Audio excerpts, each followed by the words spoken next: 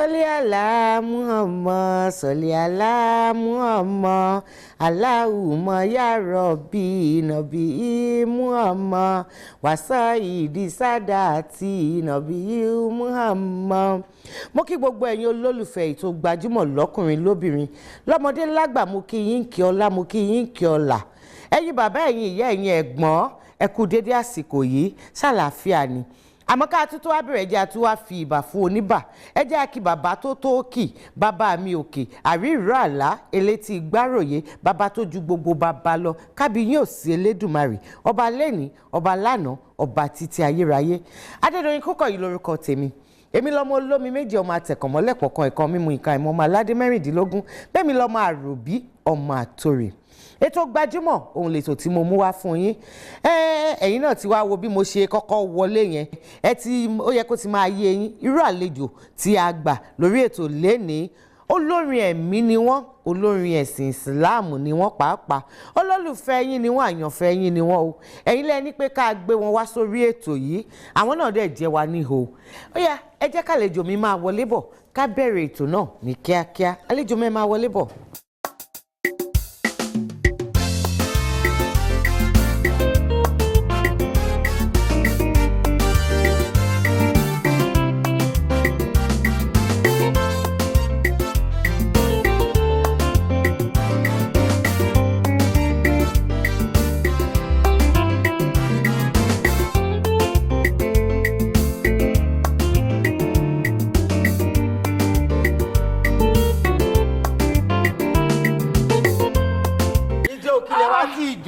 Ṣé kìí ṣe pé yìí ń dùn yìí? Ó ń dùn mí gan.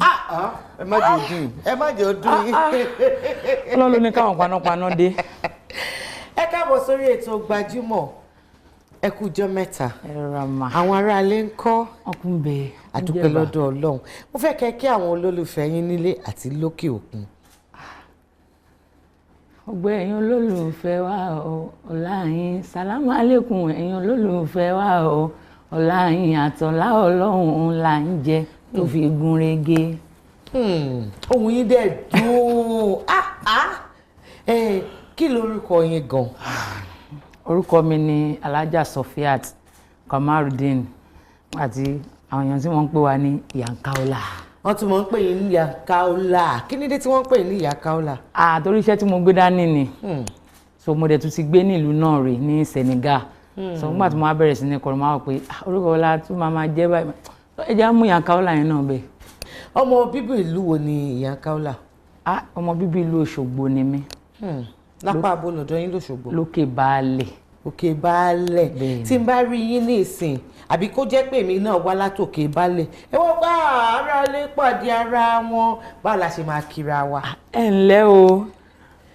Oríkì yín lókè Baálẹ̀. Ọmọ gbélé kalẹ̀ ni, ọmọ aláàrẹ òpó mẹ́kọ́ ara àṣàrò, ọmọ gbágbà ń yàwó tó tàdúgbò ṣe lóoge, ọmọ atẹ́niwíjọ́, ẹ̀rí pé máa ń tẹ́ni kọrin náà ni táyé bá gbà mí kí pẹ́pẹ́pẹ́ ọ̀rọ̀ má bàa dálẹ̀ ní máa tún mú nǹkan máa tún ṣàtúnṣe. Ẹ̀tún ṣàtúndó díndín. Bẹ́ẹ̀ni.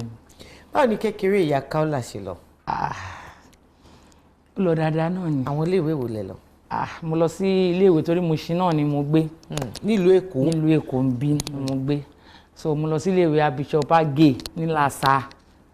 Àdẹ̀tú lọ sí secondary school tí mo lọ nìyẹn. So gbàtà àdẹ̀tú ṣe tó ń bẹ̀ mo tún lọ sí Ọlábísí Ọ̀nàbànjọ alọ́ka mascom kọ́lọ́n tó wá ní àfi ká máa tọ̀. Ọdún wo ni iṣẹ́ orin kíkọ yìí ló bẹ̀rẹ̀ fún yín? Tí má kà ní ẹyọkan sí méjì á ti tó bí 12 years. Ọdún 12 sísìn. Bẹ́ẹ̀ni tí mo ti ń kọrin bẹ́ẹ̀ni. Ṣé olórin ẹ̀sìn Islam ni àwọn òbí tó bí yín ni àbí kákànsẹ́ pé ẹ̀bùn tí Ọlọ́run fún yín ní orin kíkọ? Bàbá mi máa ń sọ kankan fún mi pé bóyá dáadáa àwọn máa ń jíwèrè àwọn bàbá kan máa ń ṣe ti understand. So ẹ̀bùn tọ́lọ́run fún mi ni náà in short because mi rò pé mọ́mì mi ń kọrin àbí dáàdì mi mo kàn bára mi pé mò ń kọ́ náà ni mo dẹ̀ wà lẹ́nu ẹ̀ látijọ́ yìí. Àwo wo ni ẹ kọ́kọ́ ṣe jáde nígbà tí ẹ bẹ̀rẹ̀ ṣe orin kíkọ? Àwo tí mo kọ́kọ́ ṣe jáde ni Azikiri Láyọ̀ Mi. Azikiri Láyọ̀ Mi. Talent tó bá yín kọ àbẹ́yìn lẹ kọ fúnra yín? Èmi ni mo kọ fúnra mi. Báwo lẹ ṣe kọ? Ẹ kọ díẹ̀ fún wa náà. mo ní ẹ ṣe rere kó bá lè dá fún wa ẹ ṣe rere kó bá lè yẹ wá o wọ́n ní àmì làásọ́lé àfàlẹ́ náà fún sí ẹ ṣe rere kó bá lè dá fún wa. ajá àkọ́ gbogbo ẹ̀ wọ́n náà bẹ̀. látìgbà tí wàá bẹ̀rẹ̀ iṣẹ́ orin kíkọ yìí yẹn ní bí ọdún 12 sẹ́yìn àwo mélòó lẹ ti gbé jáde? rẹ́kọ̀dì tí mo ti gbé jáde á tó bí 4 sí 5 but duet àwọn tájọ́ máa ń ṣe pọ̀ yẹn ò ló ń kà. ẹ dárúkọ àwọn 4 tẹ́ ti gbé jáde. ṣáwọn kẹsẹ̀ album mi tí mo ti gbé jáde lẹ́yìn Àzíkiri Láyọ̀ mi yẹn mo ṣe ayé kan lẹ́yìn ayé kan mo ṣe fìtílà lẹ́yìn fìtílà mo ṣe tẹ́lọ́rùn lẹ́yìn tẹ́lọ́rùn mo ṣe ìwádìí. so bó ṣe ń. fìtílà yẹn kí ni ìmísí tẹ́ ẹ rí tẹ́ fi gbé àwo yẹn jáde? ẹ dákun ẹ máa lọ bẹ̀ wọ́n. kí nìdí? ọ̀rọ̀ ńlá lè fẹ́ ṣì wọ́n. ṣé lóòótọ́ ẹ kàn tán mọ́lẹ̀ díẹ̀ sí fún mi. ìdí tí mo fi ṣe pọ̀ gan torí pé mo rántí ọdún náà tí mo ṣe fìtílà pé pẹ̀lú omijé lójú ni mo fi ń kọ. so bóyá ẹkún yẹn lọ́lọ́run wá wò tó fi ṣáàmì sí torí mi ní nǹkan tí mo kọ́ ń bẹ̀ tó special. nígbà yẹn ni wọ́n ń gbérú mọ̀ ṣe mọ̀ pé being an artist àwọn èèyàn á sọ pé gbá ṣe mọ̀ gbòòrò so ni mo fi kọ orin náà kódà orí ìjókòó ni mo ti kọ lọ́dún náà. so táwọn kan bá kàn ní Iya Nkaula ẹ̀kọ́ kí ni mo rà nígbà kí ni mo rà nígbà kí mo kọ́ ń bẹ̀ bọ̀ torí mi sí mo fi kọrin yẹn lọ́dún yẹn lọ́lọ́run fi fa àlùbáríkà sí ibẹ̀ ni mo ti ní kí ni mo rà nígbà àwọn àròkà o tó ń sọ̀rọ̀ Sofia aláwa gbà mí káyé máa fẹ́ ẹnu para o wọ́n ń sọ̀rọ̀ Sofia pé mo yà yí lórin báwọn kan bá máa wí irú olórin ẹ̀ ṣàn Sofia mo ṣọ̀kọ ni mo fẹ́ káyé lè gba bẹ̀ kọ́gbọ́n ṣùgbọ́n gbà tó dẹ̀ tún yá wọn fẹ́ yí padà fún mi ṣe tí mo kàrè tó bá ṣoògùn owó nínú eré àgbéléwò ṣé yẹn tún mọ̀ sí pé báyé ẹ ṣe wà nìyẹn ẹ jẹ́ jáwọ́ rí kì í ṣe ohun tí ó dáa ó máa dáa. aṣàkọ́gbọ̀ ẹ̀ ni pé wọ́n ní mo bímọ nìkan iṣu ọlọ́run ta ẹ̀ráyé ilẹ̀ bá bẹ̀rẹ̀ ìbàjẹ́ lágbájá ló bímọ fún tàmẹ́dò ló bí ṣàkọ́gbọ̀ kíní yẹn bẹ́ẹ̀ so àwọn fans mi tán wá like mi tọ́lẹ̀ tí ń retí èsì tí mo fẹ́ fi sí rúmọ̀ tí ó wà níta iná máa ní ó gbọ́ pé Iya Nkaula ṣe rẹ́kọ̀dù kan lọ́gbọ́ so lóríṣiríṣi bẹ́ẹ̀ ni ọlọ́run ṣàfihàn àlùbáríkà sí rẹ́kọ̀dù yẹn. Gbajúmọ̀ lètò ètò ní Gbajúmọ̀.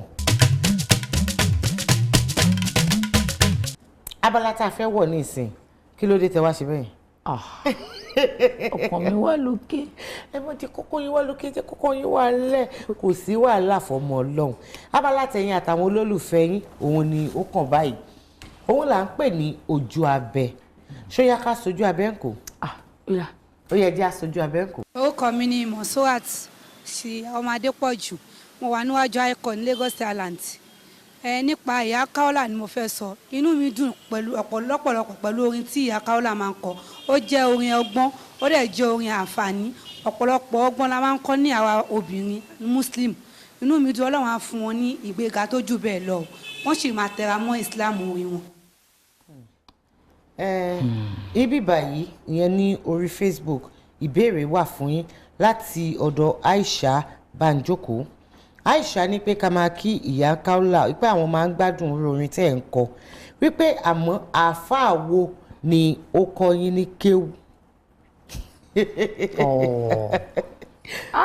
làhákùbà a lè ní nǹkan báyìí náà rí tán fi béèrè ṣùgbọ́n wájib ni dandan ni a gbọ́dọ̀ dáhùn. mo lọ sí ilé kéwú ní Mushin àwọn ilé kéwú alálẹ́ 7 sálẹ̀ nígbà tí mo tún wà pé mo fẹ́ yanṣẹ́ orin láàyò mo wà pé kò gbọ́dọ̀ takú síbẹ̀ torí wípé olórin tó bá ń kọrin ó ní àwọn àfà tó jẹ́ pé wọ́n ń check wa so o gbọ́dọ̀ jẹ́gi náà o gbọ́dọ̀ jẹ́gi sọ́rfù o gbọ́dọ̀ kọjá àlà wọn torí pé aláǹ propagate Islam a gbọ́dọ̀ kọjá ìlà tí wọ́n fi sílẹ̀ so mo wà pé mo kú tún gbọ́dọ̀ kẹ́kọ̀ọ́ síwájú sí i n bá lọ sí Dárù ní Sọlọ lọ́dọ̀ ṣé ó sùgbùlù ibẹ̀ ni mo ti jáde mi ìdẹ̀tú tí ìdúró tó lọ́dún 4 la kà ń bẹ́ wà tó di pé ràwọ̀ dé mo ní àlẹ́dẹ̀ lè kí àwọn ọmọlé ká dẹ̀ máa bò mí gba mí 10,000 50 ẹ dákun mo ṣe bọ́tà ní ọdún 4 nìyẹn so mo dẹ̀ tún sì fẹ́ tẹ̀síwájú sí nínú. ọdún mélòó gan ló yẹ kẹ́ lò? ọdún 8 ló yẹ kí n lò. 8 so 4 ni mo wá lò. ìyẹn já sí pé ẹ̀yin máa padà lọ ṣe ọdún 4 tó kù kó bá lè pé. ẹ ṣé Iya Nkaula ní àárín èmi àti tìyín ọ̀pọ̀lọpọ̀ ọgbà ni a máa ń rí oríṣiríṣi nǹkan kà ìyẹn ní inú àwọn ìwé ìròyìn lọ́tún lọ́sì àwọn míì a máa jẹ́ òótọ́ àwọn míì káṣá máa mí kanlẹ̀ ni ṣé ìgbà kankan ti wà tí wọ́n ti kọ nǹkan kan nípa yín tó jẹ́ pé ó ṣe bí ẹni bà ọ̀tá yín ní ọkàn jẹ́ ìyẹn kínní ìkejì ṣé ìgbà kankan ti wà tẹ́ ẹ ti ka nǹkan nípa yín tó jẹ́ pé ó múnú yín dùn torí yín wúrí. ìgbà tí ó kọ́kọ́ kọ nǹkan tí ó dùn mọ́ mi nínú tó múnú mi dùn nígbà tí ti bá rántí táwọn city people wọn náà fẹ́ fáwọn èèyàn ní award so mi ò dẹ̀ kí mo jẹ́ nìkan tó máa ń tijú so ìgbà míì nǹkan tí máa lọ sí occasion máa kàn máa ra wọ́n á dàbí so mi ìwà mọ̀ kan fẹ́ ṣe program so tó bí ọ̀sẹ̀ kan tí program ọmọ máa dé ni ẹnìkan wá fún mi ní IV so mo wá rí ibi tí wọ́n tò mí sí tí mo dẹ̀ mọ̀ pé tábà ní káka ọdún tí mo ti débẹ̀ kò tí ì yẹ kí n wà ń bẹ̀ ṣùgbọ́n Allahu muqaddar wa nasiru sabab ọlọ́run bọ́lọ́run ṣe ń ṣètò ẹ̀hún lóye so mo feel great lọ́jọ́ yẹn pé this Sophia okay ìjọba dẹ̀dẹ̀ bẹ́ẹ̀ náà njọ́ náà wọ́n fún wa award as best Islamic of the year ní ọdún náà ni wọ́n fún wa so inú mi dùn sí lọ́jọ́ náà so ìgbà tó tún wá kọ̀ọ̀kan tí inú mi ò wá dùn sí tí mo feel because wọ́n pè mí wọ́n dẹ̀ bí mi ní àwọn questions yẹn wọ́n á ní no this is my personal affair pé so kò kan so bí mo ṣe sọ̀rọ̀ ń jọ ẹ̀ because èmi gangan wà okay and àwọn èèyàn fẹ́ mọ bí mo dẹ̀ ṣe wọ́n believe pé every time tá má ti rí ẹ náà ni kò máa so ló jẹ́ kán carry kinní yẹn pé ó lóyún ẹnìkan ló lóyún tí kì í dẹ̀ ṣòótọ́ so ó jẹ́ nǹkan tó bá mi nínú jẹ́ débi pé wọ́n hype ẹ̀ lórí rédíò honestly so ni mo fi wá kọrin fìtílà yẹn ó tún dowó fèmí ni mọ́nítọ̀ a máa já sówó náà ní pẹ̀lú àṣẹ Ọlọ́run. yàtọ̀ sí iṣẹ́ orin kíkọ ṣé nǹkan míì tún wà tẹ́ tún ṣe lẹ́gbẹ̀ẹ́ àbí iṣẹ́ yìí náà gan lẹ dojúkọ. máa níṣẹ́ mi torí ìgbà kan ò lólé ayé gbó kò sígbà kan tó lólé ayé gbó kò sí forever champion current champion ló wà so èèyàn gbọ́dọ̀ fi ṣe mi kàn. iṣẹ́ wo ni ẹ tún ṣe lẹ́gbẹ̀ẹ́. máa ń tajà ni máa ń bá wọn ṣe organizer fún event decoration àwọn nǹkan bẹ́ẹ̀ so máa ń ṣe. gbogbo ẹ̀yin olólùfẹ́ Iya Nkaula gbogbo àwọn ìbéèrè tẹ́ ẹ béèrè òun ni wọ́n ti dá yín lóhùn yẹn àwọn nǹkan tó rú yín lójú nípa Iya Nkaula èmi lérò pé wọ́n ti túbọ̀ tan ìmọ́lẹ̀ sí fún yín ṣe rí nọ́mbà àti àdírẹ́sì tó hàn lọ́wọ́lọ́wọ́ báyìí ní ojú amóhùnmáwòrán yín bóyá wáyìí ní àwọn nǹkan míì tẹ́ fẹ́ bí wọ́n ni àǹfààní yẹn ti ṣí sílẹ̀ ẹ fi àwọn ìbéèrè yìí kẹ́ fi ránṣẹ́ sí nọ́mbà tí mo ní ó hàn báyìí ní ojú amóhùnmáwòrán yín bó dẹ̀ jẹ́ pé lórí Facebook ni lórí Twitter lórí Instagram àbí kẹ́ ẹ lọ sórí YouTube kẹ́tẹ́ GbajumoTV ApreelTV Plus kedere báyìí ní gbogbo ètò tá a ti ń ṣe látọdún gbọ́n ló máa hàn sí yín Gbajúmọ̀ lẹ́tọ̀ ètò ní Gbajúmọ̀. wọ́n ní mẹ̀sẹ̀lẹ̀ fún máa wò ṣe tó bá ti wò ṣe fún mi èmi náà á wò ṣe fún ẹ. program tí mo wà lọ́wọ́lọ́wọ́ tí mo sọ lọ́wọ́lọ́wọ́ yìí òun náà ní Gbajúmọ̀ wọ́n ń sọ fún ẹ ńlé wọ́n ní báyìí ló ṣe ń ṣe báyìí ló ṣe ń ṣe oníbẹ̀kọ́ ló ṣe ń ṣe ìwọ fún rẹ láàyè wá time kò jókòó wo program pé Gbajúmọ̀ ètò tó mọ confam nípa àwa òṣèré. Iya Nkaula Yorùbá lẹ fi máa ń kọrin àwọn orin tẹ̀dẹ̀ máa ń kọ èdè ìjìnlẹ̀ ló wà nínú ẹ̀ àwọn nǹkan tí ń dáni lẹ́kọ̀ọ́ tó ń jẹ́ ká má gbàgbé àṣà ìṣe àti èdè wa àbí bẹ́ẹ̀ kọ́ ṣe ìdí ní ìtawà náà lórí ètò Gbajúmọ̀ tá a fi gbé abala kan kalẹ̀ tá à ń pè ní ṣó láyà. mo láyà ọkàn mi balẹ̀ ẹ wo ṣùkú tó wà níwájú yìí ìbéèrè 10 ló wà níbẹ̀ bẹ́ẹ̀ lẹ́ láyà. mo ní ṣùkú iná ni àbíbòrà ni ṣùkú ìṣáà ni ìbéèrè 3 lẹ ní àǹfààní àti mú jáde nínú ẹ̀ ìbéèrè 3 tẹ bá dẹ̀ mú yìí èmi á kà fún yín ẹ dẹ̀ dáhùn olólùfẹ́ yín lóhùn lé ṣó ti yá. ẹ mú ìbéèrè 3 ń bẹ. ṣé mo lè ṣí o. ẹ lè ṣí ojúró lèmi ò fẹ́ ẹ wá tún mú lọ́nà jíjìn. mi ò fẹ́ wò ni ṣó ti pé. ó di méjì. ẹ já mú méjì yẹn. mẹ́ta ni ṣọ wa ń bẹ o. òòṣà bàbá mi kan láíláí òòṣà bàbá mi kan láíláí ó burú jù àdẹ gbọ́dọ̀ má bọ́ lójúmọ́. òòṣà wo ni nǹkan tẹ́ ẹ dẹ̀ mọ̀ ni. lára gbọ́dọ̀ má bọ́ lójúmọ́. ẹ̀yà ara ni. ẹnu ni. kí nìdí. kò sí ẹni tó ń bí da ẹ kó má fi nǹkan sẹ́nu lójúmọ́. bó ti ẹ̀ gbà àwẹ̀ pàápàá aṣínú lójúmọ́. ẹnu ni ẹ ṣe. ìbéèrè ìkeje tó jẹ́ ìkejì 50 ẹyẹ òrófó wọ́n yé papọ̀ lójú kan ṣoṣo ẹyin mélòó la fẹ́ kó nígbà tí gbogbo wọn bá yé tán. ṣòwe ni àbí ọ̀fọ̀. kì í ṣe òwe jẹ́ n túkà fún yín 50 ẹyẹ òrófó wọ́n yé papọ̀ lójú kan ṣo ẹyin mélòó la fẹ́ kó nígbà tí gbogbo wọn bá yé tán. 50 ẹyẹ òrófó wọ́n yé papọ̀ lẹ́ẹ̀kan ṣoṣo. ẹyin mélòó ni òrófó máa ń yé lẹ́ẹ̀kan. bí mo ṣe lè tọ́ yín sọ́nà nìyẹn mélòó. méjì.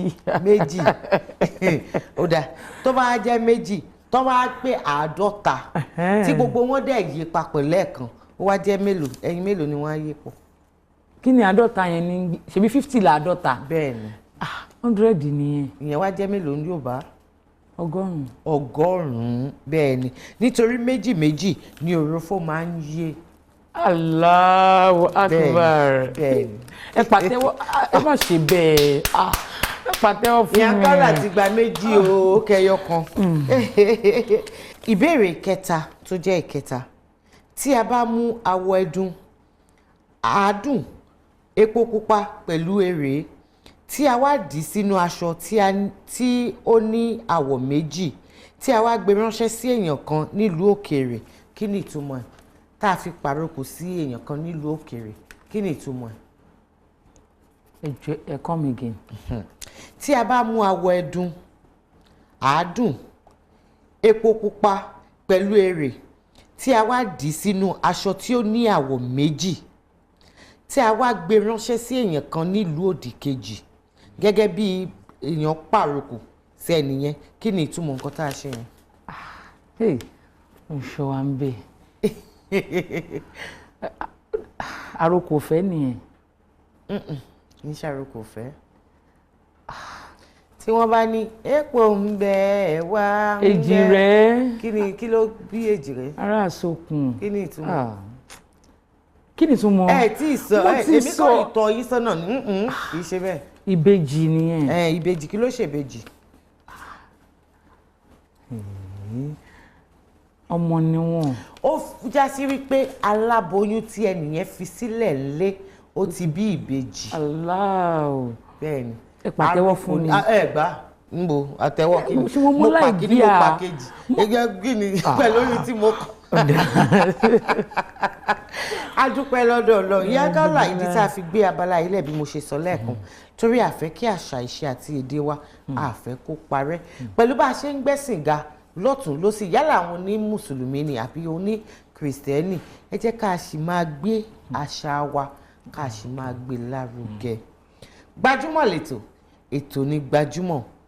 Iya Nkaula ẹ sọ lẹ́ẹ̀kan ní pé onítìjú nìyí àbí bẹ́ẹ̀ kọ́ àmọ́ ẹni tó bá ń ṣerú iṣẹ́ tẹ̀ ń ṣe tó ń lọ sórí ìtàgé tó ń kọrin fún wọn yálà níbi ayẹyẹ ìgbéyàwó ìsọmọlórúkọ ẹ tún wọnú bí yàrá tí wọ́n ti ń po orin pọ̀ tẹ́ tún kọrin jáde dandan ni kẹ́ ẹ fẹsẹ̀ rájò bẹ́ẹ̀ ni àbí bẹ́ẹ̀ kọ́. àmì ò ní tìjú débi yẹn. ẹ ní tìjú débi ijó ó yẹ bá ń gbóhùn sókè lọ Iya Nkaula fẹ́ fẹsẹ̀ rájò.